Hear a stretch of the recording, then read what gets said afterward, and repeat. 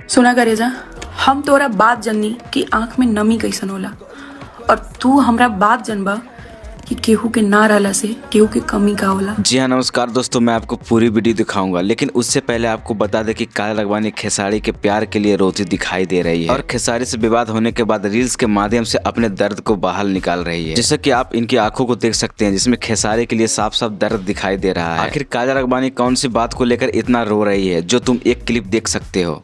इनसे ज्यादा प्यार करने वाला मुझे और कोई नहीं मिलेगा। मुझे लगता है कि ये मेरी वाइफ है और मुझे इनसे प्यार हो गया। दोस्तों, इस वीडियो में खेसारी ने काजल राघवानी को वाइफ कहा। इतना ही नहीं, दोनों एक दूसरे से प्यार भी करते हैं बहुत। लेकिन अब खेसारी से बिछड़ने के बाद काजल राघवानी रील्स में फुट फुट कर रोती दिखाई दे रही है, क्योंकि दोस्तों कहीं ना कहीं साफ पता चल रहा है कि खेसारी ने काजल राघवानी का दिल और भरोसा दोनों तोड़ दिया है। ऐसे में तुम खेसारी और काजल राघवानी के बारे में क्या कहोगे, कमेंट करके जरूर बताना और मेरे चैनल को लाइक और सब्सक्राइब भी जरूर कर देना।